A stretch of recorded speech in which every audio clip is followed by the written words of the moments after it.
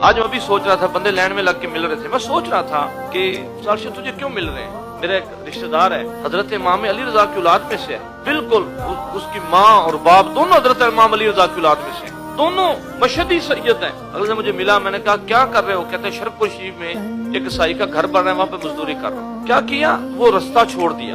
حضرت عبداللہ ابن مبارک آپ مکہ المکرمہ میں جا رہے ہیں، ساتھ وہ خلفاء مریدین شاگردین بہت زیادہ۔ ایک سیدہ دکان پہ کھڑے ہیں، اس نے کہا جس کا دل کرتا ہے پیر بن جائے، یہ تو ہمارے گھر کی سعادت ہے۔ عبداللہ ابن مبارک فرمانے لگے سیدزادے، میں تیرے باپ کا طریقہ اپنایا، تیرے دادا کا طریقہ اپنایا، مجھے اللہ نے عزت دے دی۔ تو نے اپنا باپ دادا کا طریقہ چھوڑا اور تو نے میرے باپ دادا کا طریقہ اپنایا، تم ادھر کھڑے ہو گئے۔